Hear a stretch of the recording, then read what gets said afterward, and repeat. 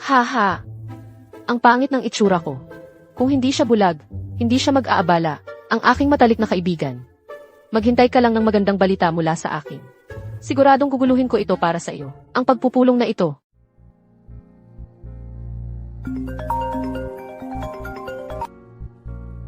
Bibigyan ko ulit ang Bilo Villa, dagdagan ng 20 milyong puhunan, kung sa loob ng 3 araw, hindi pa makapaglabas ng mabisang plano. Diretso kong bawiin ang puhunan. Sa huli, gusto kong kumita. Hindi naman ako nagdodonasyon. Boss, naayos na ang kotse. Kanina lang tumawag ang inyong lola. Nagbigay ng mahigpit na utos. Pinapante ka sa coffee shop para magpulong. Nakahanay na ang tao. Kung hindi ka pupunta, wala na siyang lola, sir. Sige, pumunta tayo sa Yujian para tingnan. Pagkatapos, babalik tayo sa Jaime. Opo. Boss, ang mesa na yon ay si Miss Lin. Interesting.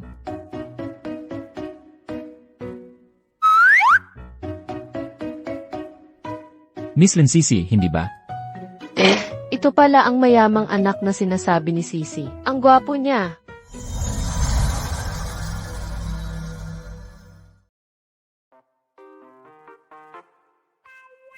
Kumusta?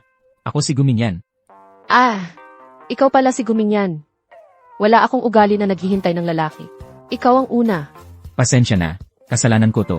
Ayos lang, hindi naman ako taong madaling magalit. Yamang alam mo nang nagkamali ka, uminom ka na lang ng baso ng alak bilang pagsisisi. Hay, kanina pa, umorder ako ng isang kahon ng imported na alak. Buksan na natin to. Siyempre naman. Aba, ang generous mo naman. Unahin ko nang buksan ang isang bote para mabawasan ang pera mo. Tingnan natin kung masasaktan ka ba.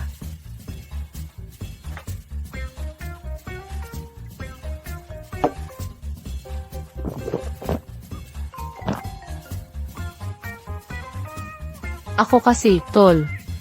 Wala namang malaking problema. Mahilig lang uminom ng konting alak. Kapag hindi ako umiinom ng alak bago kumain, nanginginig ang mga kamay ko. Hindi ka ba masasaktan? Kitang-kita na hindi marunong uminom ng alak ang babae. Mukhang lasinggero. Hindi pa sapat ang pagmumukha niyang lasing. Ngayon ganito pa ang ginagawa. Nakakatuwa. Hindi. Hindi ko lang inakala. Pareho pala tayo ng hilig. Ay naku, hindi gumana tong plano. Nga, may isa pa akong panghuling kilos. Mukhang mabuti kang tao. Sasabihin ko ng diretso sa'yo. Ako kasi, hindi ako kayang magkaanak mula ng ipanganak. Hindi tayo bagay. Sa tingin ko, bagay tayo. Kasi hindi ako mahilig sa mga bata. Maingay sila. Sabi ng doktor, mayroon akong abnormal na sakit sa dugo. Walang lunas. Baka sa edad na 26, ano na lang. Huwag kang mag-alala tungkol diyan. Ang pamilya Gu ay naglalaan ng 1% ng kabuang ari-arian nito taon-taon upang suportahan ang pinakamahusay na mga medical team sa buong mundo. Ang sakit mo, kahit hindi magagamot ng lubusan, ay mababawasan ng epekto. Medyo mainit ang ulo ko. Mahilig magsuot ng mga kakaibang damit. Mahilig mag-bar hopping. Para tingnan ang mga gwapo. Mayroon din akong mga maliit na hilig na hindi ko maipagmamalaki. Hindi ko kayang talikuran. Okay lang sa akin. Basta huwag mo lang ipapalabas sa harap ko at ng pamilya ko. Ang mga yon. Pwede rin yon, parang gamot sa balat lang Sige, sasampalin na kita ng malala. Sa mundo, talagang wala namang lalaking magkakagusto sa isang babae na sa unang pagkikita pa lang ay nag-aaya ng mag-check-in sa hotel. Ikaw, astig ka. Gusto kita. Mag-check-in na tayo sa hotel. Kaysa kumain, mas gusto kitang kainin. CJ. Paano ba talaga magkakaroon ng taong ganyan kahirap kausap? Nandito na nga sa hotel, wala pa ring reaksyon. Hindi kaya talagang manyakis? Tol, hindi ko na talaga. Kaya, tol.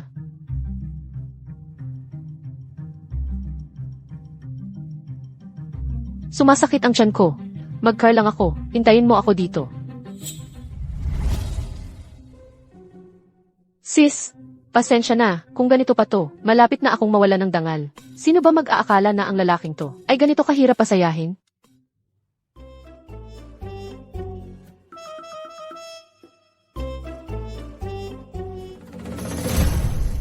Emma Lin. Noon, ikaw ang gustong makipag-usap. Ang laki-laki mo na. Mag-ingat ka naman sa sinasabi mo. Nasa kalsada tayo. CJ, mag-iingat ako sa susunod. Bahala ka, basta huwag mo na akong kausapin sa hinaharap. Annalyn, hindi naman ganyan ang sinabi mo noon. Aray, mabilis akong magsawa. Lumipas na ang 3 minuto. Hindi mo pa ba maintindihan ang saloobin ko? Ang mga taong makapal ang mukha ay hindi magugustuhan ng kahit sino. Ako, makapal ang mukha. Suga pa sa pag-ibig. Hindi ba ganoon? Ikaw ang una na nagsabi na makapal ang mukha ko. Ano? Ano ba ang ibig mong sabihin? Gagantihan mo ako. Makikinig lang ako. Hindi na kailangan. Pero dahil sinabi mo na yan, kung hindi ko gawin, sayang naman ang komento mo. Anong gagawin mo? Sabihin ko sa'yo, nasa ilalim tayo ng batas ngayon. Ang dami mong iniisip. Plano ko lang napakasalan ka. Ano? Pakakasalan? May problema ba ang mata mo? Kinakain mo pa yan? Talagang gutom ka na.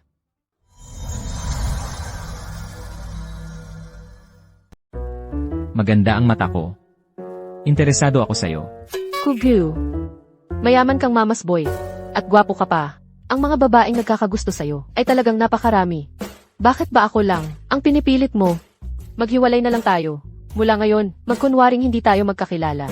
Maging mabuti ka naman. Mabuti. Pinag-initan ba kita? Ang sama-sama mo, pinakasalan mo na ako. Hindi ba't, iyan lang dahil minura kita? Kung ganon, murahin mo rin ako. Gusto kitang pakasalan dahil bagay ka para mag-asawa. Pagkatapos ng kasal, hindi kita pakikialaman sa iyong buhay. Ang tungkulin mo ay maging mabait na apo sa harap ng lola ko. Makipagkunwari ka bilang isang masunuring manugang. Wala na akong pakialam sa iba. Siyempre, hindi lang ito ang aking alok. Marahil, interesado ka sa pera. Pera. Kung maaari. Ang perang ito.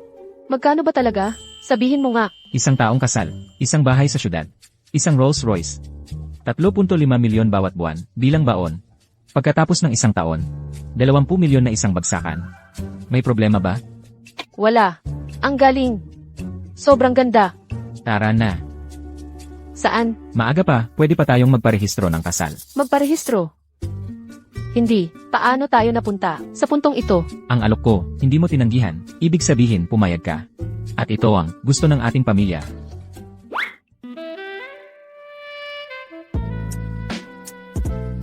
Naiintindihan ko. Ang problema, hindi ako ang napag-usapan ninyo para maging nobya mo. Kailangan kong tanungin ang taong sangkot. Annalyn, may problema ba? Masyadong biglaan ito. Kailangan kong sabihin sa pamilya ko.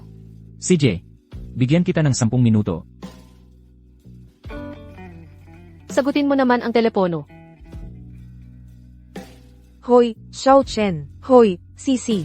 Bakit ngayon ka lang sumagot? Nabura na ang plano natin. Ha? Hindi ba't gusto ng mga lalaki ang mababait na babae? Baligtad lahat ng ginawa natin. Ang lalaking ito, gusto na akong pakasalan. Ano nang gagawin ko? Ano? Pakasalan siya. Na, parang baliw na baliw. Ano man ang sabihin ko, pabali-baliktarin lang niya. Talagang nakakaloko. Ako pa talaga ang gusto niyang pakasalan. Pero, maganda naman ang mga kondisyon niya. Isang bahay sa sentro ng lungsod, isang Rolls Royce, phantom na sasakyan, at 2, yung monthly. Baon ko ay 3 million. Sa huling taon, 20 million naman ang isang bagsakang bayad. Aray, kung hindi talaga kaya, ikaw na lang ang pakasalan mo siya. Hindi mo na kailangang mag-alala, nabawasan ka ng baon ng mga magulang mo. Teka, hindi naman siya ang tipo ko. Kung hindi, ikaw na lang ang pakasalan sa kanya. Ang pumalit sa akin ngayon ay ang pagkatao mo. 8, iba't iba pa ang apelyido natin. Okay lang yun. Sabihin mo na lang. Apelyido ng nanay ko. Ang gamit mo, Song. Sino ba ang nagsabi noon na asong-aso ang magpapakasal at mabuhay ang single? Mukhang napakaraming una ni Miss Lin sa mungkahi ko. Ano nang ginagawa mo rito? Lampas na ang 10 minuto. Bes, sabihin ko sa'yo. Tanga lang ang tumatanggi sa pera. Kung hindi mo talaga kaya, pwede ka namang maghiwalay. Basta pagdating ng panahon, pera mo na yun. Di ba? Walang lugi. Mukhang may nakakaintindi pa rin.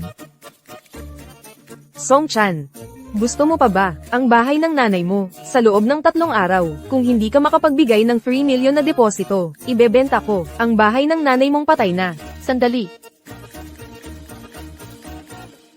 Ang pagpapakasal naman, pwede rin. Bahay, cots. 3 million pa, baon kada buwan. Kapag may pera na, may ingatan ko, ang bahay na iniwan sa akin ni mama. Kung makatiis ako ng 3 buwan, talagang mapapasakin na ang bahay. Baka naman, kayanin ko. Pwede akong pumayag na magpakasal sa'yo. Pero pwede bang, bigyan mo muna ako ng 3 million? Pwede. Magpakasal muna tayo. Susunod na ang pera. Esan.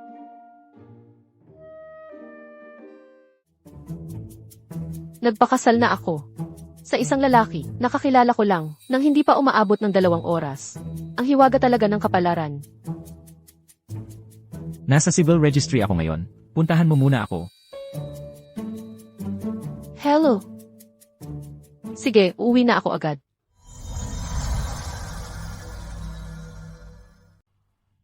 Ikaw na ang magsalita. May iba pa akong lakad. May tumawag mula sa opisina. Kailangan kong pumunta doon. Ano ang kailangan mo? Tawagan mo na lang ako ulit. CJ, sasamahan na lang kita. May sasakyan ako. Ito pala ang sasakyan mo. Aalis na ako. Bye. CJ. Paalam. Lola, Ming Yan, kumusta ang blind date? ikakasal na kami. Ha? Ano? Ikakasal na? Lola, pupunta ka na ba ngayon? Ha, Ming Yan. Nasaan ang manugang ko? May kailangan siya sa opisina. Umalis na siya. Ming Yan. Baka naman, natatakot ka sa akin, kaya pinilit kang magpakasal, kaya kumuha ka na lang ng kahit sino, para lokohin ako. Lola, ano pong sinasabi niyo? Ha, ito ang marriage certificate namin. Tingnan ninyo. Ayos, ayos, ayos. Dahil sa ugali mong yan. Laging kinakatakutan ko na mag-iisa ka na lang, kaya kung may nagustuhan sa'yo, mula ngayon, mabuti ang trato mo sa kanya, ha? Lola, ganun ba talaga ang tiwala ninyo sa akin? Maniwala. Kailan mo, dadalhin dito ang manugang ko? May ipinaghanda akong bahay para sa kanya. Hintay lang ako ng transfer ng titulo. Ganito na lang. Bukas, dadalhin ko siya para makilala ninyo. Tungkol naman sa titulo, hawakan muna ninyo. Ibibigay na lang sa kanya pagdating ng panahon. Ayos, sige, mabuti. Basta mabuti ang pagsasama ninyo, masaya na ako. Pero, itong marriage certificate, dadalhin ko. Baka kasi sa likod ko, magpaanal ka. Lola, ganun na ba? Kawalan ng tiwala sa akin. Tama na yan. Kailangan ko nang umuwi para sa merienda. Huwag na, aalis na ako. Ha?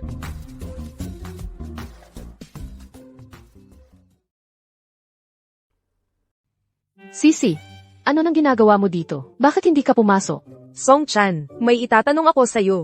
Ano ba talaga ang nangyayari sa'yo ngayon? Nagpakasal ka na nga ba talaga? Nakakuha na nga ng marriage certificate. Ano sa palagay mo? Patanjin naman. Oy, guwapo pala itong lalaki. Nagsisisi ka ba?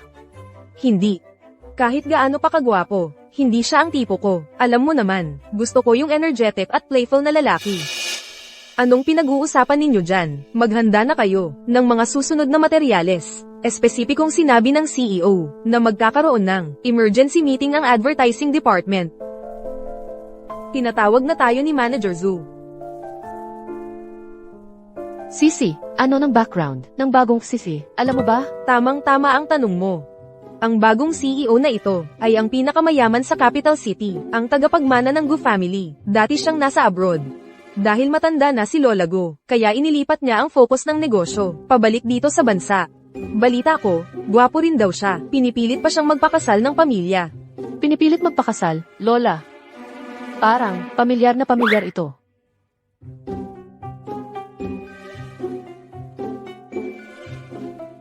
Mga kasama, maging alerto kayo mamaya. Magandang araw, Boss Go. Hindi ako si Boss Go. Magandang araw, CEO. Magandang araw, CEO. Unang pagkikita, tinawag ko ang advertising department niyo para sa meeting. Pasensya na. Isasalubong kita ng Japanese food mamaya. Hindi naman mahirap, trabaho lang namin yun. Boss Go, Xiao Chan. Tingnan mo, si Song Maymay. Nagpapakitang gilas na naman. Magandang araw, Boss Go. Ako si Song Maymay, manager ng advertising department. Boss Go, tuloy po kayo. Hindi na kailangan. Ang boses na ito, ang pamilyar na pamilyar. Siya pala yun? Xiao Chan. Hindi ba siya ang asawa mo sa marriage certificate? Nga, pero sinabi mo sa akin na ordinaryong rich kid lang siya. Paano naging bagong appoint na si? Huwag kang mag-alala, hayaan mo akong mag-isip. Tumayo ka sa likod ko, huwag mo siyang ipakita ang mukha mo. Ipapakilala ko sa iyo ang mga kasama natin sa publicity department. Sa isang kumpanya, ang empleyado ay dapat magbigay galang sa boss. Ganoon ba? Sir Go, masakit ang paa ko. Pwedeng tulungan mo ako. Sir Go, mali ako, hindi na mauulit. Gaga, tumayo ka na agad. Meeting. Sige Sir Go, dito po tayo. Ikaw si Song Maymay, di ba? Ang kumpanya ay lugar para magtrabaho. Kinamumuhian ni Sir Go, ang mga hindi marunong mag-prioritize. Hindi kasalanan ng taong walang alam. Dahil una mo itong pagkakamali, kung may susunod pa, kailangan mo nang umalis sa kumpanya. Naiintindihan ko, Secretary Leo. Samahan ninyo si Sir Go ngayon.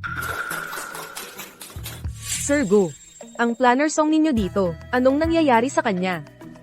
Planner Song. Itaas mo ang ulo mo.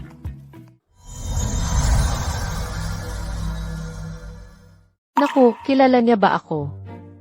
Are, sumasakit ang tiyan ko. Pupunta muna ako sa CV. Mr. Go. Sumasakit din ang tiyan ko ng kaunti, pupunta rin ako sa CR. Mr. Go. Mas mabigat ang problema ng mga babaeng katrabaho. Pasensya na po, Mr. Go. Ayos lang. Ipasa mo sa akin ang report ng data na may kinalaman sa livestream ng publicity department. Mag-order pa ng ilang dessert at milk tea. Pagbalik nila, magkakilala naman kayong lahat. Sige, aayusin ko na agad. Sisi, ano na ang gagawin ko? Siya ang pangunahing presidente ng kumpanya. Kung malalaman niyang niloko ko siya, tiyak na hindi niya ako palalampasin. Mas mabuti pang magsulat na ako ng resignation letter. Huwag naman. Sayang lang ang sweldo. 1 linggo pa lang akong nagtatrabaho. Sisi, pasensya na. Kasalanan ko, hindi ako nag-isip ng mabuti. Huwag kang mag-alala ng sobra. Dahil sa akin nang galing ang problema, hindi kita pababayaan. Pag-isipan ko muna kung ano ang dapat gawin. Hindi pa naman umabot sa pinakamasamang sitwasyon. Sisi, hindi kita sinisisi. Alam kong, hindi mo sinasadya, pero hindi natin. Inaasahang espesyal ang kanyang katayuan. Hay, bahala na. Malas ko lang. Pwede namang mag-resign. Marami namang ibang trabaho. Xiao Chan, sa nakaraang buhay ko, tama sigurong nakapagligtas ako ng mundo. Kaya sa buhay kong ito, may nakilala akong napakabuting kaibigan tulad mo. Huwag kang mag-alala, tiyak na hindi ka magre-resign. Masyado kang nagpapa-exaggerate. Baka magkapatid tayo sa nakaraang buhay. At ngayon ay ipinagpatuloy ang pagkakaibigan. Mga napakabuting kaibigan at magkapatid. Oo nga, bakit hindi ko naisip yun? Sisi, ano ang naisip mo? Pagdating ng oras, malalaman niyang Song Chan ang pangalan mo. Ganito ang sabihin mo. Sabihin mo, hindi mo lang sinunod ang apelyido ng nanay mo. Para maalala ang iyong ina, binago mo ang pangalang Lin Sisi para maging Song Chan. HMM, at ako, ay isang Lin Sisi na, kapangalan mo. Magagawa kaya yon? Masyadong malayo naman. Wala nang ibang paraan. Sana hindi siya masyadong matalino. Wala namang ibang magandang paraan ngayon. Wala na tayong magagawa kundi subukan ito. Halika, bumalik muna tayo para mag-video. Kilala na ng lahat ang aking katauhan. Ngayon, magpakilala naman kayo. Ako si Zuro, director ng lahat ng departamento sa publicity department. Ang pangunahing tungkulin ko ay ang pagpapalawak at pag-unlad ng livestream na negosyo. Ako si Song Maymay, manager ako ng livestream na departamento sa publicity department. 18 taong gulang na ako ngayong taon. Ako si Song Chan. Isa akong intern sa publicity department. 1 linggo pa lang akong empleyado. Song Chan ang pangalan mo.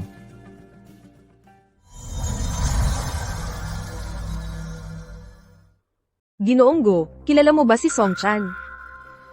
Siya ay empleyado ng kumpanya natin, baguhan lang na intern. Schoolmate ko siyang mahina ang grado. Kung hindi mo siya gusto, papatawag ko agad ang HR para tanggalin siya. Sino ang nagbigay sa'yo ng kapal ng mukha para magdesisyon para sa akin? Ginoong Go, hindi po ako lang ay. Ang ayaw ko talaga, kapag ako ay nagsasalita, ay maabala ang aking daloy. Kung may susunod pa, mag-impact ka at umalis. Opo, Susunod, magkakaroon ng pagbabago sa mga trabaho ng lahat. Pagkatapos, papagawa ko kay Secretary Liu na ipaalam ito. opo. Buti na lang at sa wakas, nakalusot ako. Ikaw, pumunta ka sa opisina ko. Ngayon tapos na. Diyos ko, sana makalusot ako. Song Chan, bakit? Kilala ka ni Ginoong Gu? Walang dahilan. Nagkita lang kami minsan. May mga tao na laging iniisip na gumamit ng masamang paraan para lang umakyat sa trabaho. Mag-ingat ka, baka sa huli, wala kang mapala. Song Mimi, huwag kang mag-alala. Hindi ako tulad ng iba. Alam ko ang sarili ko. Kung hindi akin, hindi ako magmamalaki. HMP, tingnan natin kung hanggang kailan ka magmamalaki.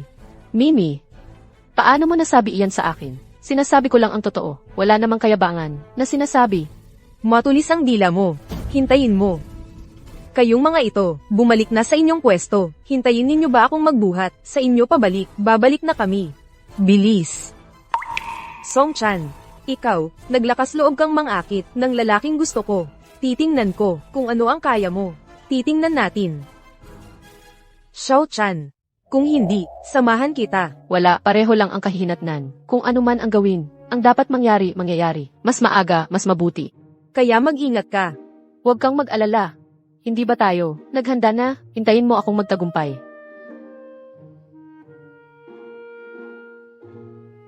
Ginoong Gu, kamusta? Ako si Song Chan. Pasok.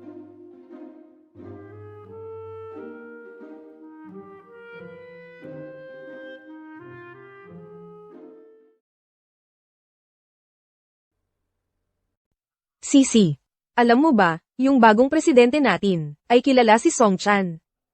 Baka siya na yung pinag-uusapan, napapakasalan, ang mayamang dalaga. Nagtatago lang ng tunay na pagkatao, at nagtatrabaho dito sa kumpanya. Close kayo, di ba? Totoo ba to? Tungkol dito, hindi ko rin masyadong alam. Pero, kahit na siya man o hindi, ang mayamang dalaga, kailangan pa rin nating makisama sa kanya. Paano kung totoo? Malaki ang makukuha natin. Oo nga, buti na lang hindi ko siya inaway. Lin Sisi, manahimik ka, itigil mo na yang kalokohang chismis. Sinong nagsabi sa'yo na si Song Chan ay mayamang dalaga? Sa mga nobela, ganyan naman ang istorya, di ba? Hindi ba't nagmumula sa totoong buhay ang sining? Si Song Chan, wala siyang dating, wala ring kakayahan. Paano siya magiging mayamang dalaga? Kung magsatsats ka pa, sa HR ka na lang magpa-resign. Song Maymay, nagbibiro lang naman ako. Hindi mo naman kailangan mang personal. Ayaw mong tanggapin. Di, kapag umabot ka na sa posisyon ko, saka mo ako kausapin. Ikaw. Sige na, huwag kang mainit, Sisi. Song Maymay, magpakabait ka na rin. Sino bang hindi mahilig sa chismis? Lin Sisi, bumalik ka na sa trabaho mo. Inupahan ka ng kumpanya. Para magpabeya lang, umalis na tayo. Magandang araw po, Ginoong Gu. Ako po si Song Chan. Tuloy ka. Magandang araw po, Ginoong Gu. Wala ka bang sasabihin? Hindi ko rin alam kung saan mag-uumpisa. Di mag-umpisa ka, sa dahilan kung bakit Song Chan ang pangalan mo. Sa totoo lang, hindi kita niloko. Noong ang kasal natin, sinabi kong sa nanay ko galing ang apelyido ko. Konti lang ang nakakaalam. Tungkol naman sa dahilan, kung bakit hindi Lin Sisi kundi Song Chan ang pangalan ko. Nagpalit ako ng pangalan. Lin Sisi ang dating pangalan ko. Ngayon, Song Chan na. Ganon ba? Hindi mo ako niloloko? Hindi. Bakit ka umiwas sa harap ng kumpanya kaninang umaga? Paano kong malalaman na ikaw pala ang bagong presidente? Nagulat lang ako. Kung ganon ang sinasabi mo, kasalanan ko pa.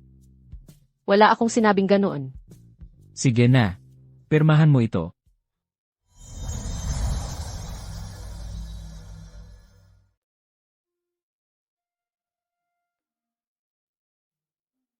O CJ, heto.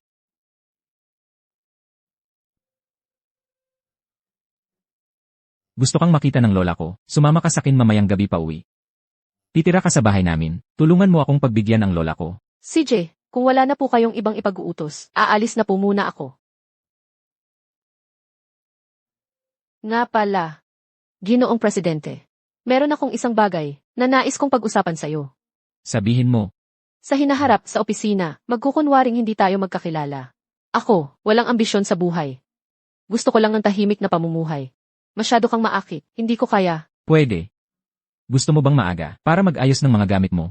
Pwedeng ipahatid kita ng sekretarya. Hindi na kailangan. Hindi ba't mag-asawa tayo sa kasunduan lang? Hindi mo naman pwedeng ipagkait sakin ang pagkain at inumin, di ba? Mauna na po ako, busy ka pa.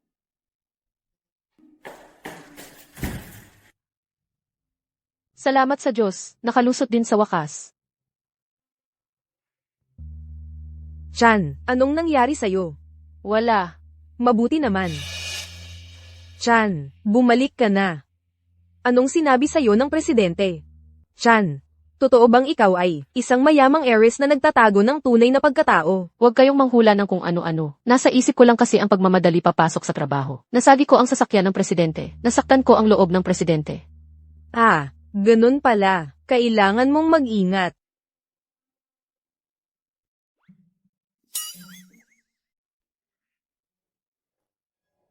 Nandyan ka na pala. Lola, ito ang asawa ng apo mo. Kumusta po, Lola? Mabuti, mabuti, mabuti. Mabait na bata. Halika, sumama ka sa lola sa loob ng bahay.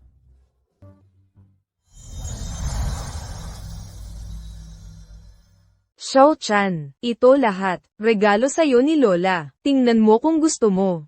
Para sa akin lahat ito. Oo.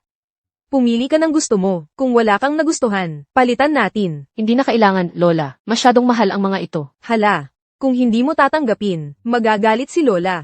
Lola, inaasahan kong ikaw ang magbibigay ng apo sa akin ng maaga. Pagdating ng panahon, ibibigay ko pa sa'yo ang buong gusali. Binigay na ni Lola. Tanggapin mo na. Salamat, Lola. Maaga na ang oras. Ang kwarto ninyo, naayos ko na. Siguradong magugustuhan ninyo. Lola. Nahihiya ka pa. Inaasahan ko na ang apo. Lola, nagluto ako ng pampakalma. Inumin mo bago matulog. Salamat, Lola. Inumin mo bago matulog. Hindi na ako makakaabala sa inyo. Magpahinga na kayo ng maaga. Paano tayo matutulog? Titira ba talaga tayo sa iisang kwarto? Ganito muna tayo matulog. Nakatingin si Lola. Makipagtulungan ka.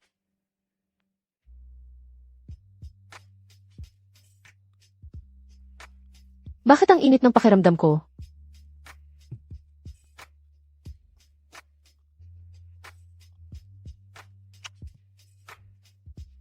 Song-chan, maging matino ka. Pasensya na. Guminyan, bitawan mo ako. Ayos. Sa tingin ko, malapit na akong magkaroon ng apo.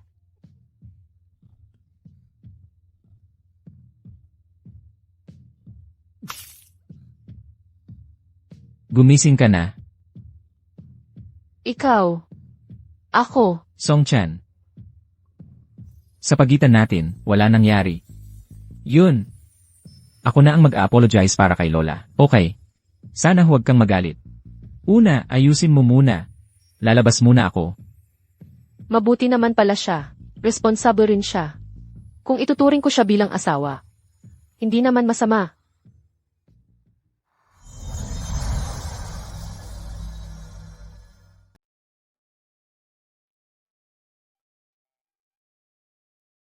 Lola. Xiao-chan, kagabi, kumusta ang pakiramdam mo? Wala naman akong naramdaman. Ano? Wala kang naramdaman. Huwag kang mag-alala. Pansamantala lang ang hirap. Simula ngayong araw, papalakasin ko si Mingyan. Huwag kang mag-alala. Ang pamilya Go ay may pinakamahusay na medical team. Ang problema ni Mingyan ay madaling solusyonin. Sa hinaharap, tiyak na masisiyahan ka. Huwag mo siyang hahamakin ngayon. Ay, Lola, ano ba yung pinagsasabi mo? Ang awkward naman sa umaga. Ang pamilya Go ang may pagkukulang sa'yo. Maghintay ka. Kukunin ko ang magandang bagay para sa'yo. Lola. Ano ang sinabi sa'yo ni Lola? Ang saya-saya mo. Kanina lang, sinabi sa akin ni Lola, na patingnan ka sa urology. Akala mo ba kagabi, hindi kita na-satisfy?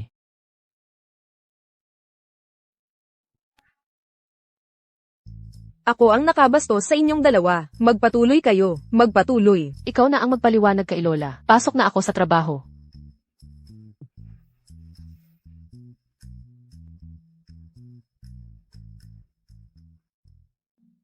Sakay ka. Isasakay kita sa opisina. Isang maliit na empleyado lang ako. Hindi ko kailangan hatid ng presidente. Mauna na po kayo. Alas negatibo 8, 45 na ngayon. Malalate ka na sa alas negatibo 9. Baka mawala ang perfect attendance mo. Sige na nga. Salamat, Ginoong Gu. Malalate na ako. Mauna na ako. Teka, Songchan. Tayo sa tanghalian. Kakain kasama si Lola. Tignan natin mamaya. Inaabisuhan kita, hindi humihingi ng opinyon. Nagdesisyon ka na pala. Bakit mo pa ako tinatanong? Nakakainis ka talaga.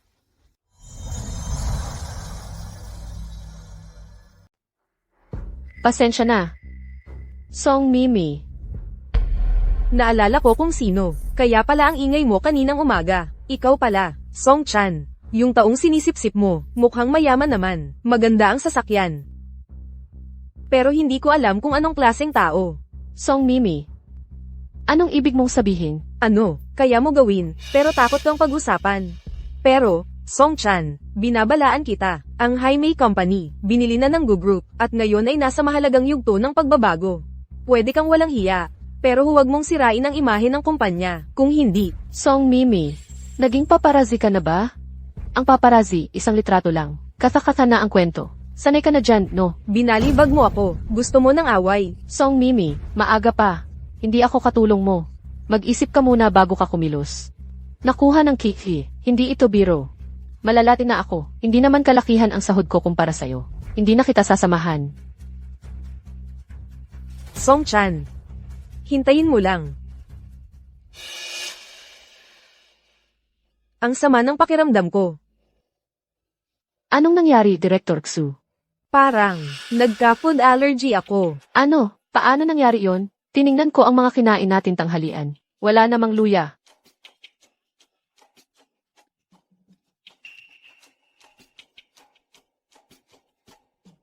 Hello, 120. May pasyente dito. Dali, puntahan nyo kami. Ang address, Jaime Company. Masyado kang nagagahan. Mukhang mawawalan ng host ang live stream.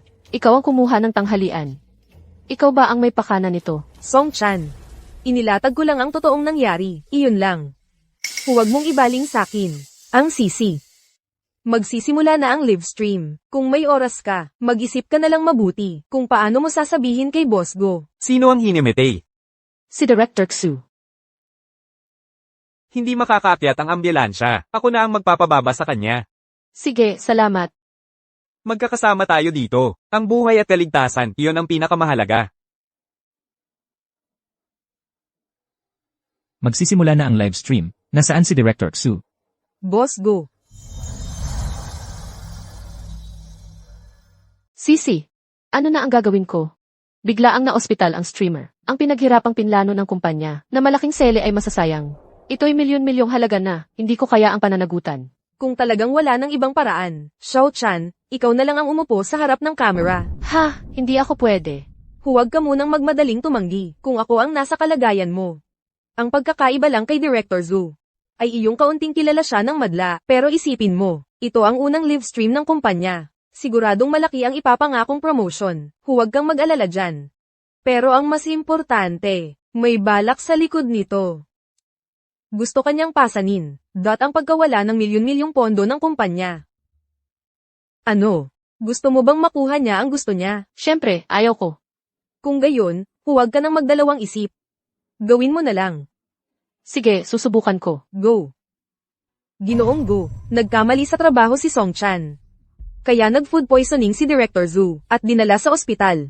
Natakot siyang mananagot, kaya sumunod din siya. Hindi na namin alam kung nasaan siya ngayon. Pero kung tayo ay magkakasala sa kontrata ngayon sa pamamagitan ng pagtigil sa broadcast, aasahang mawawalan tayo ng kahit 10 milyon. Secretary Liu. Gusto kong malaman sa pinakamaikling panahon ang buong detalye ng pangyayari. Ginoong Go. Kasalanan itong lahat ni Song Chan. Ano ang gagawin natin sa kanya? Song Mimi. Labis akong nagtataka. Kung ano bang alitan ang mayroon sa pagitan mo at ni Song Chan na nararapat mong paulit-ulit na sirain ang reputasyon niya sa harap ko. Ganito ka ba kadesperado para parusahan ko siya? Ginoong Go, nagkakamali kayo sa akin. Ang ginagawa ko ay para lamang sa pag-unlad ng kumpanya. Wala ni Katie Ting na pansariling interes. At saka, ang pagkakamali ni Song Chan sa pagkakataong ito ay hindi pangkaraniwan kalaki. Maya-maya pa lang, nagdulot na ng milyon-milyong pagkawala. Dahil sa kanyang pagiging walang ingat, nasira ang live stream. Sino ang nagsabing nasira ang live stream?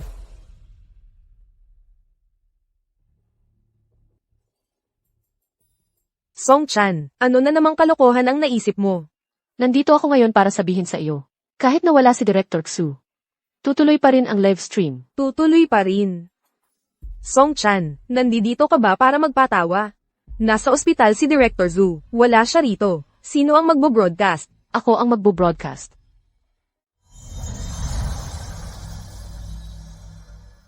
Nagli-live stream ka. Akala mo sino ka? Isang ordinaryong tao lang. Mukhang hindi mo naiintindihan ang iyong sariling kakayahan. Song Mimi, hindi mo kailangang mag-alala sa mga bagay na ito. Dahil wala itong kinalaman sa iyo. Boss Go, tingnan mo itong si Song Chan. Bilang isang subordinate, Hein sumunod sa utos ng superior at kumilos ng mag-isa. Bilang isang empleyado, hindi ginagalang ang boss ng kumpanya. Ang ganitong tao ay hindi karapat-dapat manatili sa kumpanya. Dapat siyang tanggalin. Tumahimik ka. Lahat, magsimulang tumulong sa live stream ni Song Chan. Mga sis, na ipagbili ang milyon-milyong piraso, mga produktong pampaganda, pamilyar na kayo rito. Ito ay, ang pinakamahusay sa larangan ng anti-aging na pampaganda. Peach Blossom Face Anti-Aging Gift Box, kahit ikaw ay 30 o 40 taong gulang. Kahit ikaw ay isang mature na babae o isang tita. Basta't lampas ka na sa 25. Banayad at hindi nakakairita. Patuloy na gamitin ng ilang panahon. Ang balat ay magiging firm, puti, makinis at makintab. Ang pagiging 10 taong mas bata ay hindi pangarap lang. Boss Go, ang ating live streaming room, naabot na ang mahigit 100,000 katao. Hindi masama. Ipagbigay alam. Ayusin ang pagiging regular ni Song Chan. Sige. Buisit. Ano ba ang nangyayari kay Song Chan? Isang ordinaryong tao ang nagli-live stream, may 100,000 katao pa online. Boss Go, sa pagkakataong ito, ang benta ay umabot na sa 300 milyon. Kumpara sa mga host na hinir sa labas, hindi gaanong malayo. Ang mahalaga, mas mura ito ng husto. Sabihan ng Finance Department. Gawin ang data report. Ang kumpanya ay gagantimpalaan ayon sa kontribusyon. Sige, salamat Boss Go. Xiao Chan, ang galing-galing mo, magiging mayaman tayo. Hintayin mo, treat kita ng masarap na pagkain. Kaya napagkasunduan na natin. Oo nga pala. Hindi mo nakita kanina, ang mukha ni Song Meimei, kung gaano ito kapangit. Malinaw kong nakita. Pero nung siya ay nagngangalit, hindi ko alam kung anong masamang balak niya. Mag-ingat ka. Ayos lang. Boss Go. Pwede ang paggantimpala ayon sa kontribusyon. Pero si Song Chan ay hindi dapat kasama sa gantimpala. Ang insidenteng ito sa livestream, dahil talaga sa kapabayaan ni Song Chan, kaya nagkaroon ng problema ang host na inimbita natin. Pero, sa huli, dahil pa rin siya ang may sala. Kaya sa pagkakataong ito, pantay-pantay lang ang buti at masama, walang premyo, walang parusa. Kung hindi, kung lahat sa kumpanya ay gagawa ng ganoon. Wala nang katahimikan sa kumpanya. Kayong dalawa, sumama kayo sa opisina. Ingat. Director Xu, yung insidente sa food poisoning, sino ba talaga ang may pananagutan? Gusto kong malaman ang totoo. Huwag na. Dahil naman si Song Chan ay hindi nagdulot ng malaking pinsala sa kumpanya. Huwag na nating habulin ang pananagutan dito. Huwag. Habulin niyo po sana ang pananagutan ko. Mas mabuti pa, tumawag na kayo ng pulis ngayon. Para mahuli ang tunay na may sala. Hindi ko kaya ang magpasa ng kasalanan. Ano ang ibig mong sabihin? Siyempre, wala akong konsensya. Ikaw, bakit ka nagmamadali? Nagulat lang talaga ako. Mayroon palang tao sa likod nito, na balak magsabutahe. Tama nga ang sinabi mo. Yung tao sa likod nito. Parang daga sa kanal. Hindi maipakita sa publiko. Gumagamit lang ng ganitong, mababang klaseng paraan para magsabotahe ng iba. Talagang masama at tanga. Pasok. Tagapangulo, nalaman na. Sabi lang ni Secretary Liu na nalaman na. Hindi naman sinabi kung sino. Bakit ganyan ang reaksyon mo? Song Chan, tumahimik ka. Song Mimi. Ang lakas ng loob mo. Sa harap ko ang tagapangulo. Sa taong may malaking ambag sa kumpanya. Nagsisigaw ka. Baka naman balang araw, magsisigaw ka rin sa harap ko. Hindi po, tagapangulo go. Nagkakamali po kayo, ako. Secretary Liu. Nalaman mo na ba kung sino?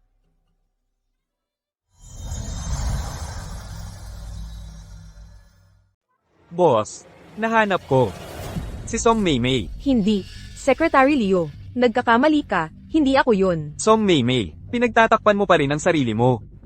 Sakto, nakuha ko yung CCTV footage na naglalagay ka ng laxative. Pagdating sa presinto mamaya, malalaman na lang natin kung sino ang may sala. Binabakuran mo ako. Alam ko namang hindi ka aamin. Sakto, marami akong backup copy. Pagdating sa presinto mamaya, ikaw na ang magpaliwanag sa mga pulis. Secretary Liu. Sabihan mo ang EK. Asikasuhin ang resignation ni ML Song na ito. Hindi namin kayang tiisin ang ganitong masamang tao sa kumpanya. Iba-blacklist ko siya sa buong industriya. Sige, boss. Wala na. Wala na ako. Boss go, nagkamali ako. Isang beses kang taksil, hindi ka na kailanman pagkakatiwalaan. Secretary Liu, dalhin mo na siya. Opo. Boss go. Mimi, di ba sabi mo dati? Iyakan ko ang pag-alis ko sa kumpanya? Bakit ikaw ang unang umiyak? Boss go, nagkamali talaga ako. Pakiusap, patawarin mo na ako. Maganda ang paghawak mo sa krisis ng kumpanya. Ganoon ba? May reward ba? Anong reward ang gusto mo? Konti lang na komisyon. Kapag lumabas na ang sales figures nito, bibigyan kita ng 5%. Ang galante naman ni Boss Gu. Paano naman si Director Xu? Ano ang balak mo? Kawawa naman siya sa pagkakataong ito. Walang kamalay-malay. Samahan mo akong bumisita sa ospital. At pag-usapan natin kung paano siya makakabayad. Sasama ako sa'yo. Ayaw mo, Hindi, gusto ko talaga. Boss Gu, may iba ka pang sasabihin? Kung wala, magtatrabaho na ako. sige mauna ka na. Song Chan. Ilan pa bang mukha mo ang hindi ko alam? Lalong nakaka-interes.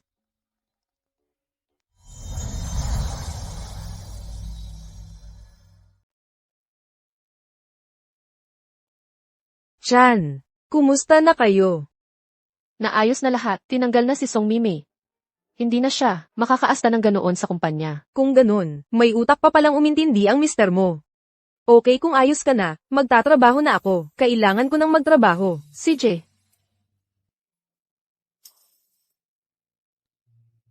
Ano na naman kaya ang problema ni Sisi? Message pala ito galing sa dating presidente ng Student Council. Song Chan, 28, Private Room 305, Hilton Hotel. Magkikita-kita ang mga kaklase. Tandaan, magsuot ng JK Student Council uniform. Dalhin mo ang pamilya mo. 28. Bukas na pala iyon. Sakto, may oras ako. Pero hindi ko alam kung pupunta si Guminyan. Heis, tanungin ko na lang pag-uwi. Si Jipo, President, pupunta ako bukas.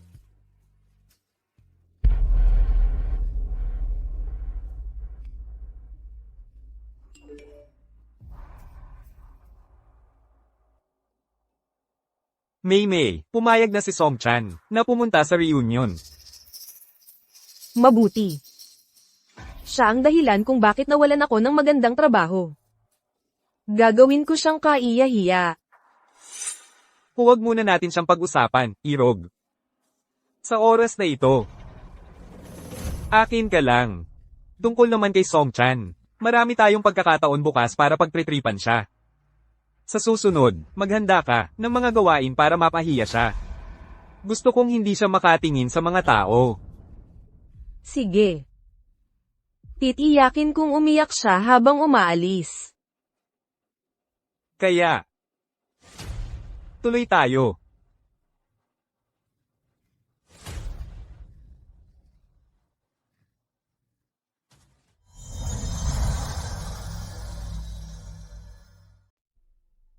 Lola, Ming Yan.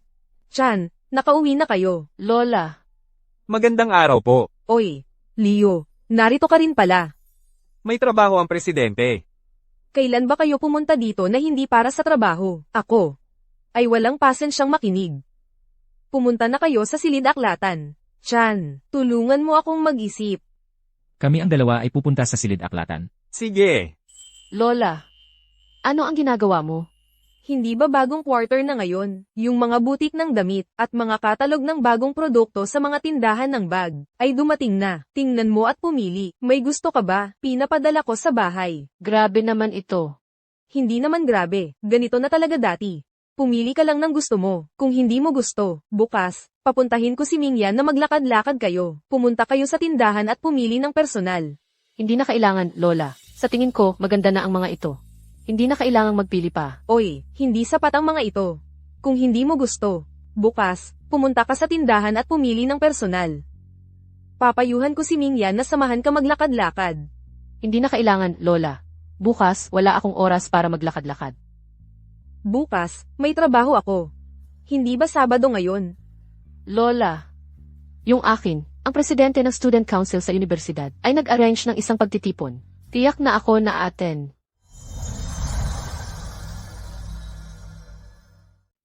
Reunion ng mga kaklase. Madalang lang kayong mga bata magkita-kita. Kailangan talagang puntahan yan. Ano balak mong isuot bukas? Gusto mo bang samahan kita ng lola para magpaayos? Pumili tayo ng high-end na damit. Papapadalhin na lang natin yon ng butler. Pagdating ng oras, siguradong mabibighani ang lahat. Lola, ang president ng Student Council namin, ay napagkasunduan na namin. Lahat kami ay magsusuot ng uniformeng bilay. Sige na nga, hi. Lola, wala nang magagamit ang kakayahan ko ngayon. Ay naku, Lola, huwag kang magsalita ng ganyan. Matagal-tagal na rin. Mula noong huli kitang makita ang mga kaklase ko sa universidad. Gusto ko silang bigyan ng regalo. Kailangan ko pa rin ng payo mo. Sige, ako na ang bahala dyan. Ang lola mo ay gagawin ito ng maayos. Tingnan mo, 30,000 lang ang presyo nito. Ang mura nito, tamang-tama itong regalo. At itong relo. Lola, mga ordinaryong tao lang ang mga kaklase ko. Hindi pwedeng mamahaling regalo ang ibigay. Di. Itong scarf na lang. Gusto na gusto ng mga babae ang ganitong regalo. Maganda ang scarf na ito. Salamat, Lola. Sige, ito na lang. Sapat na ba ang mga ito? Sobra-sobra na, Lola. Lola, Ikaw ang manugang ko. Nararapat lang na tulungan kita. Sa weekend, gusto mo bang samahan ka ni Mingyan? Kung kailangan mong sabihan siya ng maaga. Baka kasi biglang mawala na naman sa abot tanaw dahil sa pagiging abala. alam ko na, Lola. Sasabihin ko kay Mingyan mamaya. Huli na, Lola. Magpahinga ka ng maaga. Sige. Secretary Liu, ayusin mo ang itinerary. Pupunta ako sa ibang lalawigan para mag-inspeksyon sa susunod na mga araw.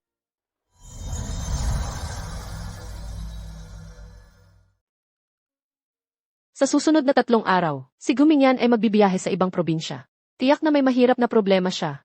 Sa ganitong pagkakataon, kung ipapaalala ko pa sa kanya, ang tungkol sa reunion ng mga kaklase, hindi na tama. Kontrata lang naman ang kasal namin. Mas mabuting huwag, masyadong makaabala sa kanya. Sa pinakamalala, bukas, pagsismisan lang nila ako. Pasok. Anong ginagawa mo dito? Wala lang, pinapunta ako ni Lola para tingnan kayo. Sabi niya, simula nang umuwi kayo, hanggang ngayon ay abala pa rin. Uminom ka pa ng tubig. Sige, salamat. Walang anuman. Late na rin. Maaga kang magpahinga. Array, talagang maganda ang tao. Maganda ang suot kahit ano. Xiao Chan. Yang student uniform mong JK na ito. Kapag sinusuot mo, parang estudyante ka lang na 18. Ang bata-bata mo tingnan. Lola, sobra naman ang papuri mo. Nahihiya na ako. Totoo lang ang sinasabi ko. Apo, maniniwala ka sa mata ng lola mo. Sayang lang at si Mingyan ngayon ay hindi makakasama sa'yo. Okay lang po, Lola. Mas mahalaga ang trabaho ni Mingyan. Siya ang presidente ng kumpanya. Nasa kanya ang kabuhayan ng libo-libong tao. Ikaw naman, palagi mo siyang pinagtatanggol. Oo nga pala. Napag-usapan ko na ni Secretary Leo. Ngayon, siya ang maghahatid sa'yo. Nasa sasakyan niya na ang mga regalo. Salamat po, Lola. Aalis na po ako. Sige, mag-enjoy ka. Sige po. Song-chan, nandito ka na ba? Malapit na ako. Secretary Liu, Bakit biglang huminto? Ginang, paumanhin po. Biglang, namatayan ng makina at tumirik ang sasakyan. Mag-aayos na ako ng ibang tao para magpadala ng panibagong sasakyan. Hindi pwede, Secretary Liu. Wala na akong oras. Ha?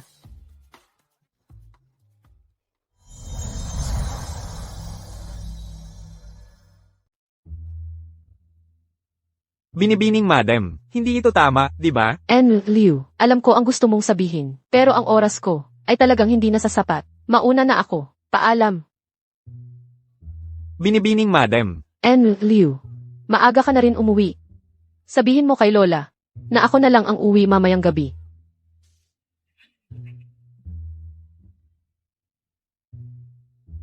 Talagang matalino nga, sumakay ako ng bisikleta at hindi ako nahuli. Sinabi talaga sa amin ni Chairman Joe na asikasuhin ng mabuti ang babaeng ito na si Miss Song. Kailangan mong mag-focus. Talagang gentleman pala si Chairman Joe. Malaki na ang kanyang kumpanya. Pero sa kanyang mga kaklase, ay malapit pa rin siya. Gusto ko talaga maging kaklase si Chairman Joe. Chairman Zhao, Miss Song. Nagpasundo pa talaga ang presidente. Sa akin. Magalang talaga siya gaya ng dati. Kumusta kayo? Ako yung sinasabi ninyong, si Miss Song. Nagbibiro ka ba, ate? Nakasuot ka ng ganyan. Umalis ka na rito. Kung hindi, hindi ako magpapahinuhod. Bago ka pumunta, hindi ka man lang nagtanong-tanong. Ang mga kaklase na inimbitahan ni Chairman Joe ngayon, ay mga piling tao. Mukha ka bang multo sa suot mo? Akala mo ba bulag kami? Ako talaga ito. Si Zuyang ba ang pangalan ng chairman ninyo? Tingnan ninyo, ito ang text na ipinadala niya sa akin bilang imbitasyon. Ito ang pangalan ko. Ito ang address ng private room. Sige na. Para lang makapagloko, handa ka talaga. Umalis ka na. Kung hindi, hindi ako magpapahinuhod. Huwag mong akalaing makakalusot ka. Kami ay hindi magbibigay ng pagkakataon sa'yo. May lakas ba kayo ng loob? Nahayaan akong tumawag? Anong takot ko sa'yo? Hoy, huwag mo na siyang pansinin. May kasama si Ginoong Joe na babae. Siya yun si Binibining Song. Tara, salubungin natin. Magandang gabi po, Ginoong Joe. Si Binibining Song pala ang tinutukoy. Ikaw pala. Anong sigaw-sigaw mo dyan? Binibining Song, ikaw ba ang tatawag niyan? Ang ingay-ingay mo, hindi ka ba dito para sa reunion ng mga kaklase? Bakit nakatayo ka lang sa labas, at hindi pumasok? Song Chan, ngayong araw, gugulatin kita sa harap ng lahat. Gagantihan kita sa kahapon. Kaklase pala ni Ginoong Joe. Ano ba ang suot mo? Haha, Song Chan. Pagkatapos ng trabaho mo, nagpa-part-time ka pa ba? Joe, bakit hindi mo man lang ako sinabihan? Sana naghanda ako ng mga lumang damit na hindi ko na sinusuot o kung ano paman, para maitulong naman natin sa ating junior na si Song. Song Mimi. Ang sama ng bibig mo kasing sama ng pagkatao mo. Kahapon lang natanggal sa trabaho, ngayon naghihiganti ka na. Talagang mababa ang pagkatao mo. Wala kang ibang inisip. Song Chan, tumahimik ka. Talagang mahirap ang buhay mo. Hindi ba pwedeng pag-usapan? Kung alam ko lang na ganyan ka ka-sensitive. Hindi ko dapat pinayagang imbitahan ka ni Joge. Nakakasira lang ng mood. Sige na, May. Huwag na tayong mag-away. Tsaka, hindi ko rin naman alam na si Song Chan ay nagkaganito na pala ngayon. Song Chan, tingnan mo ang sarili mo ngayon. Ang pangit ng suot mo, ang hirap ng buhay mo. Hindi mo ba naiisip na kapag kasama ka namin, nakakababa lang ng aming klase? Sir Zhao, ganyan din ang iniisip mo. Ganun ba? Si May naman, hindi naman sinasadya yun. Kung tutuusin, magkaklase naman tayo sa kolehiyo. Hinihintay na tayo ng lahat. Dumiretso na muna tayo sa private room. Song Chan. Tara na. HMPH, kapag nasa private room na, may mas malaking sorpresa pa ang naghihintay sa'yo, tanggang tao.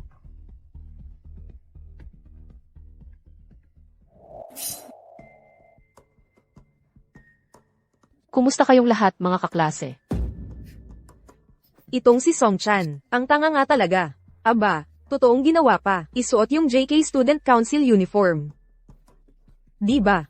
Nagbibiro lang naman ako noon, di ko inasahan. Maniniwala ka naman. Song Chan, magkaklase naman tayo noon, hindi ka naman magagalit dahil sa ganyang bagay. Hindi ako magagalit. Hindi ako magagalit sa mga taong hindi mahalaga. Hindi mahalaga. Kung talagang hindi mahalaga, edi hindi ka sana pumunta rito. Huwag kang maglokohan sa sarili mo. Kung nahihiya ka, sabihin mo na lang direkta sa amin. Hindi ka naman namin aalipustain. Kami naman, mga tatawa lang naman sa'yo. Tama ba, mga kasama? Siyempre naman, ako pa, paborito ko ang manood ng katawa-tawa. Oh, teka, Song-chan. Narinig ko, hanggang ngayon, trainee ka pa rin, di ba? 3,500 ang sahod. Di kaya pagkatapos ng trabaho, nagtatrabaho ka pa rin bilang magbobote. Sayang lang, dapat tanggapin mo ang kapalaran mo. May mga tao, kahit gaano pa kagaling ang grado, ano pa ang mapapala. Di tulad ni Song Maymay. Pagkakapanganak pa lang, ipinanganak na may gintong kutsara, sa bibig, anak na mayaman. Hay. Ano naman? Binabayaran ka ba niya? Sa sobrang pagsusupsup niyo sa kanya, yayaman ba kayo? Nakakatawa naman. Likas ba kayong mahilig maging tuta? O likas kayong mahilig sa pagiging mababa ang tingin sa sarili? Ikaw, Paumanhin, mga kasama. Na-late kami. kumusta kayo, mga kaklase? Ang tagal nating hindi nagkita, mga kasama.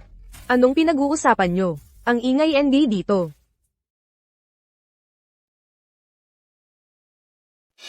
Binibini Song, kailangan mo kaming tulungan sa paghahatol nito. Kanina, simpleng pangungumbinsi lang naman ang ginawa ko sa'yo. Ang papuri ko sa iyo, si Song-chan naman, patuloy na naninira sa aming lahat. Hindi namin matanggap, kaya napilitan kaming makipagtalo sa kanya. Tama, binibini Song. Kahit kami ang sabihan niya, okay lang.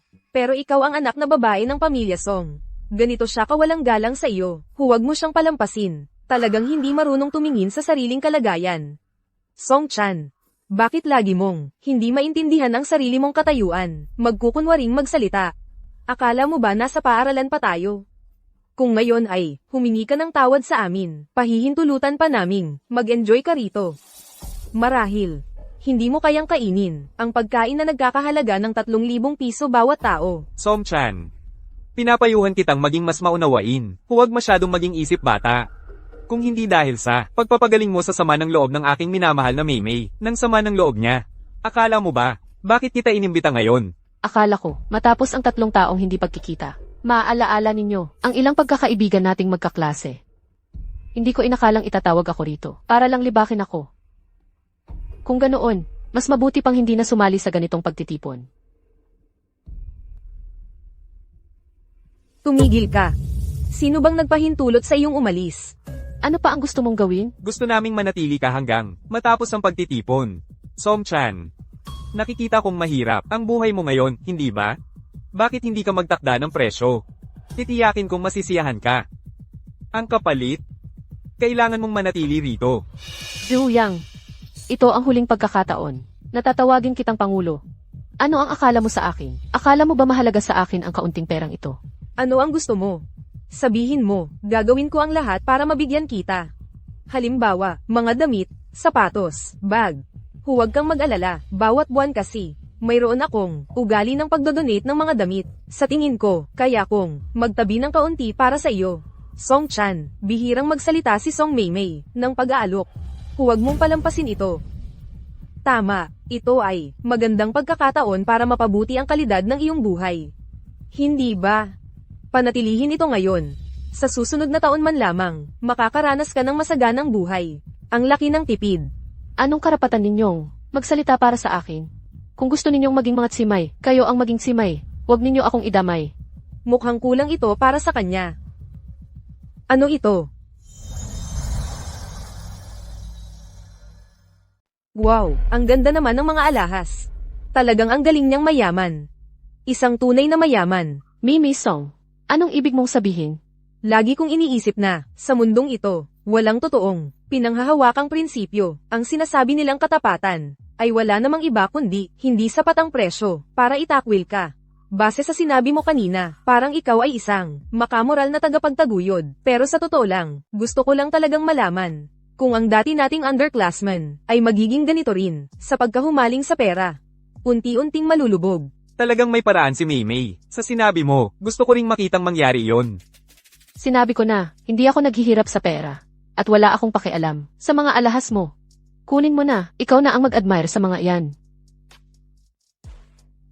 Chansong, mukhang nawawala ka na sa sarili mo. Sabi mo hindi ka naghihirap sa pera, hindi ka nga magbayad ng taxi, nagmamaganda ka pa rito. Totoo, talagang hindi pa ako nakakita ng babaeng ganito kalakas ang loob. Ang tama at mali ay alam ng lahat. Huwag mo akong sukatin base sa paniniwala mo. Madaling magsalita ng maganda. Kung may kakayahan ka, maglabas ka ng ganyang karaming, mahal na mga alahas, may ganyang kamahal na. Alam mo Sinong nagsabing ba? wala ako.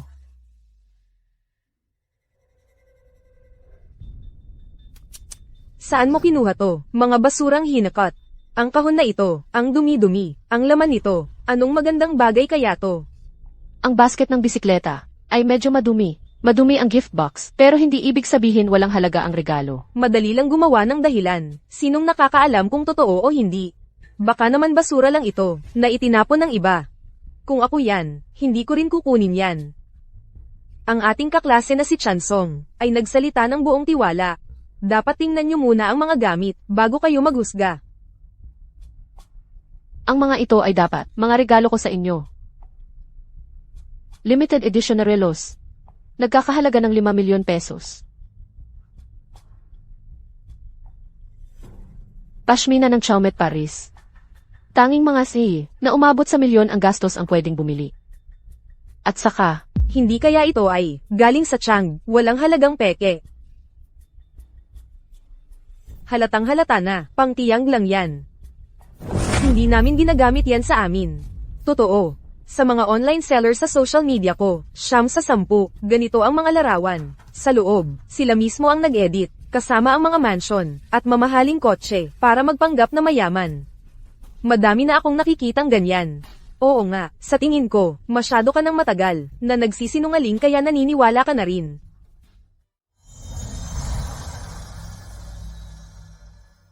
huwag ninyong isisi sa iba ang kapalpakan ninyo. Huwag ninyong iligaw ang iba sa inyong kalokohan. Intindihin ninyo muna, ang mga gamit na ito ay kailangan ng permit at dokumento. May kaukulang karapatan bago makabili. Hindi ba't kayong mga ito ay hindi pa nakakabili? Wala ba kayong ganitong pangunahing kaalaman? Isa ka lang nagbibisikleta, makakabili ka pa ng mamahaling gamit. Tsa, nakakatawa ka talaga. Song Chan, mukhang nawawala ka na sa sarili mo. Bro Joe, may sira ba sa utak yan? Baka naman, kailangan na siyang dalhin sa mental hospital. Tumahimik ka. Naglakas loob kang suntukin ako. Kay lupit mo, ipa-mental hospital mo pa ako. Puta. Naglakas loob kang saktan. Ang babae ko sa harap ko. Gustong-gusto mo bang mamatay? Zuyang. Huwag mong akalaing dahil marami kang pera, ay pwede ka nang gumawa ng gusto mo. Magsisisi ka. Song-chan, nagbabanta ka sa akin? Hindi mo pa alam na ako ngayon ay isang kliyente ng Go Conglomerate. Kapag nakapasok na ako sa Go Conglomerate, magiging bagong bituin ako ng negosyo, isang milyonaryong celebrity entrepreneur. Magiging maliwanag ang kinabukasan ko. At ikaw, ang pagkakaiba nating dalawa ay parang langit at lupa. Napakalayo. Ikaw pa ang magbabanta sa akin? Bro Joe, paapulahin ko siya sa akin. Narinig mo ba? Humingi ka ng tawad. Secretary Liu. Dali, sunduin mo ako. Secretary Leo, ang galing mo, nagpapanggap kang matapang. Secretary Leo, ay hindi naman kasama ni Boss Go, kundi kasama mo. Ngayon ay paparusahan kita, ng husto, ikaw na babaeng sinungaling, at manloloko. Ibalik mo ang cellphone ko. Ito ang kapalit ng panggugulo mo sa akin. Bakit hindi mo pa tawaran si Miss Song? Ngayong araw na ito, ang lahat ng narito ay hindi ko palalampasin. Tumawad ka. Bilis, tumawad ka. Sa tingin ko, kailangan pa siyang painumin ng tubig mula sa Cobeta bago siya tumanaw. Patuloy ninyong gawin ito. Ako mismo ang kukuha ng tubig. At dadagdagan ko pa ng pampasarap. Ha ha ha.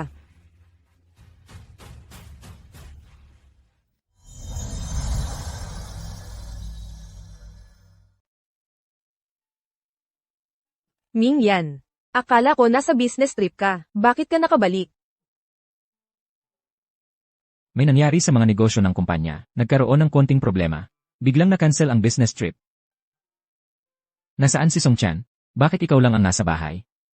Lumabas si Xiao Chan. Ikaw talaga, sayang naman. Mula nang magpakasal kayo hanggang ngayon. Wala kang panahon kay Xiao Chan. para magkaroon ng matinding koneksyon. Kaya pala pumunta si Xiao Chan sa reunion ng mga kaklase nang hindi ka isinasama. Alam ko kasi. Yung reunion na yun ay dapat kasama ang asawa o pamilya. Hindi niya sinabi sakin. Sino ba kasing katulad mo? Araw-araw, trabaho lang ng trabaho. CJ, ako ang may kasalanan. Mabuti naman kung alam mong mali ka. Young master, may masamang nangyari. Naapi ang young mistress. Ano? Naapi si Xiao Chan. Sino ang gumawa? Secretary Liu. Ano ang nangyari? Young master, nagpapagawa ako ng kotse sa forest shop kanina, tapos tumawag ang madam. Sinabihan ako ni young mistress na sunduin ko siya pauwi, pero hindi pa ako nakakapagsalita. Biglang may narinig mula sa phone na boses ng isang babaeng hindi ko kilala. Sabi, paparusahan niya ang young mistress. Pagkatapos, yung phone ni young mistress ay hindi na makontak. Ning yan, pumunta ka agad sa Hilton Hotel. Tingnan mo kung ano ang nangyari kay Xiao Chan. Secretary Liu. I drive mo ako papuntang hotel.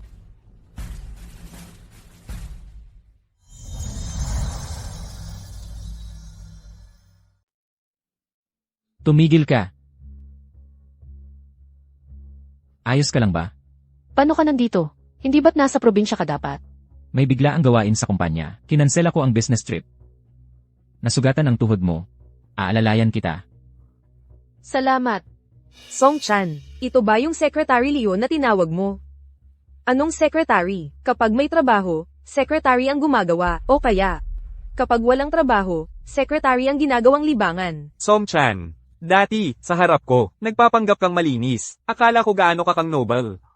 Hindi ko inaasahang sa likod mo ay marami kang kalokohan. Hindi mura itong lalaking pabigat, di ba? Ang kapal mo. Sino ang nagbigay sa'yo ng lakas ng loob upang husgahan ang asawa ko? Mga walang malay na bagay. Asawa mo pa, akala mo, naglalaro ka ba ng role-playing? Isang lalaking pabigat ay nanghahamon pa sa akin, hindi mo man lang tiningnan ang sarili mong estado. Binabalaan kita. Ako ay isang bagay na hindi mo kayang guluhin. Kung gustuhin mong labanan ako, sa susunod na buhay, siguraduhin mong ipanganak sa mabuting pamilya. Mas mabilis. Paano mo gusto silang parusahan? Gusto kong sila'y lumuhod at humingi ng tawad sa akin. Humingi ng tawad sa'yo. Ano ka ba? Secretary Liu. Turuan mo silang mabuti kung ano ang mga patakaran. Bukod pa riyan, kayong mga nang-aapi gamit ang kapangyarihan, hindi na kailangang lumitaw sa kabisera sa hinaharap. Sige, Presidente, gagawin ko na ito. Ang ganitong uri ng tao, gustong magpakita ng kapalaluan sa harap ng babae. Nag-aakalang sila'y mahalagang tao. Gustong maging bayani. Sa totoo lang, ay isang payaso na hindi karapat-dapat sa entablado. Ang kabisera na ito, ay hindi pa siya ang may karapatang magsalita. Ang taong nangahas na magsalita sa akin ng ganyan, ikaw ang una.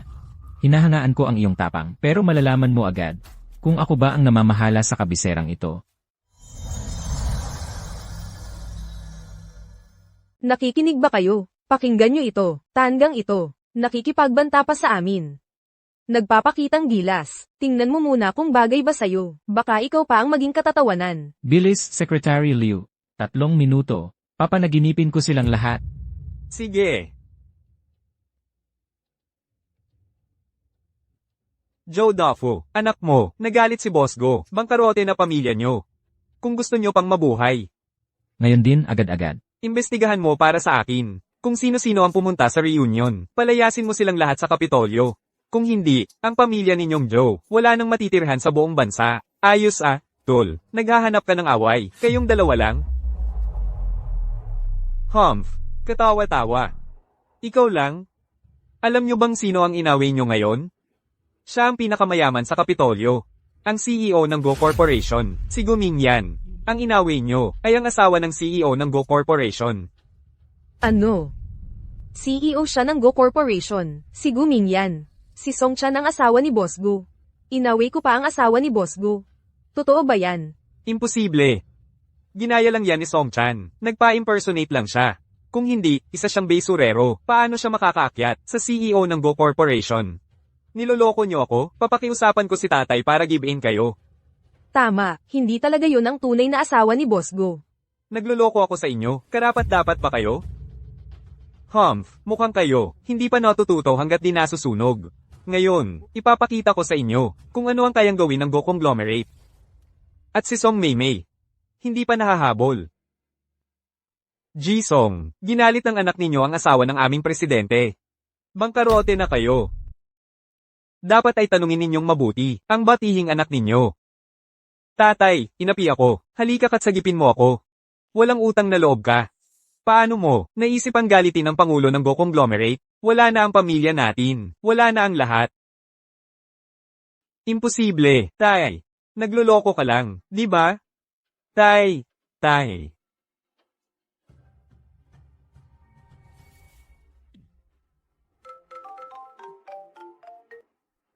Jijo, binaha ang kumpanya natin ng malaking halaga ng pera. Babangkarote na tayo. Ikaw pala talaga ang presidente ng Go Conglomerate? Wala na. Kalihim Leo, bulag ang mga mata ko. Hindi ko nakilala ang dakilang tao. Hindi ko talaga alam na asawa pala siya ni Jigo. Sa ngalan ng pagkakaklase namin ni Songchan sa kolehiyo. Nakikiusap ako, kahabagan nawa ako ni Jigo. Nagkamali ako, naging tanga ako. Umalis ka na. Jigo, nagkamali ako. Pakiusap, patawarin niyo ang pamilya namin. Dapat ay sa asawa ko itanong iyan. Songchan, Songchan, kailan ka naging asawa ni Jigo? Hindi mo kailangang malaman. Ang kailangan mo lang malaman ay wala na ang angkan ninyong Song. At lahat na nandito, ikaw ang dahilan. Iyon na ang sapat.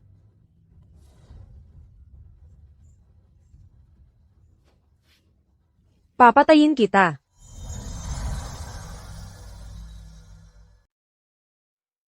buhatin kita. Huwag na, hindi naman talaga ako pilay, na hindi na makalakad. Nasa bahay si Lola at nakatingin.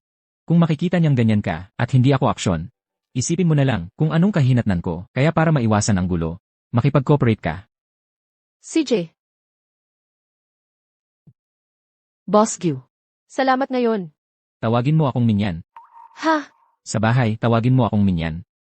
CJ. Tandaan mo, kapag may umapi sa'yo sa hinaharap, sabihin mo sa akin. Asawa mo na ako ngayon. Dapat mong gamitin ang mga karapatan mo. Yung mga taong nagpapalungkot sa'yo, pwede silang mawala sa harap mo. Pero hindi naman kontrata ang ating usapan. Sabihin mo, legal ba? Legal.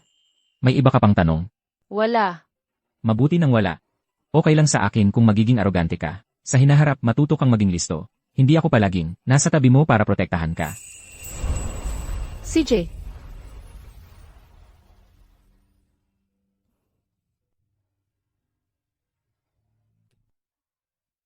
Umupo ka muna rito. Kukuha ako ng first aid kit. Xiao-chan, ito. Ming-yan, anong nangyari sa tuhod ni Xiao-chan? Ikaw ba? Lola, hindi po gawa ni Mingyan. Nagkakamali po kayo. Ako mismo ang nasugatan. Mukhang nakakatakot, pero hindi naman masakit. Ming-yan, sabihin mo nga, ano talaga ang nangyari? Yung mga kaklase na yon, hindi naman mabuting tao. Sila ang umapi kay Xiao-chan. Ganun pala. Naglakas loob silang apihin ang manugang ko. Kumain na ba sila ng matapang na puso ng leopardo? Xiao-chan, ako ang maghihiganti para sa'yo. Ayos lang po, Lola. Hinarap na sila ni Mingyan. Talaga. Lanan. Pinatrabaho ko na kay Secretary Liu. Xiao-chan, naghirap ka, si Lola. Magluluto lang ng sabaw para pampalakas mo, ha? Huwag na po, Lola. Huwag kang tumanggi.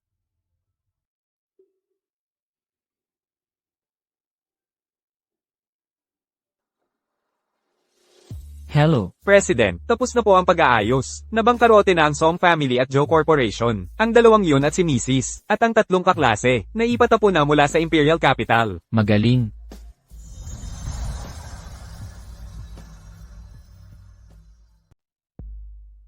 Naipatapon na yung mga yon palabas ng kabisera. Ang bilis.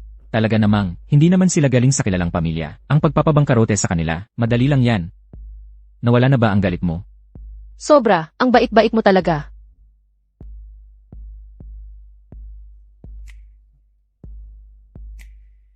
Loko ka, mabuti naman at matalino ka.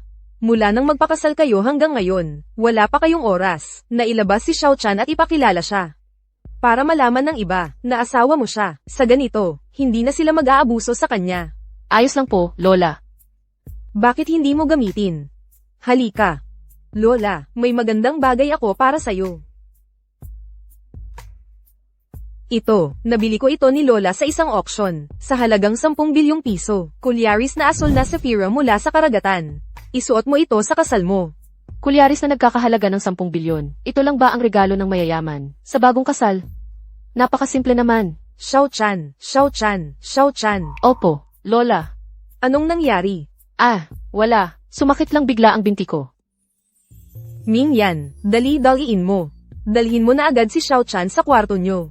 CJ.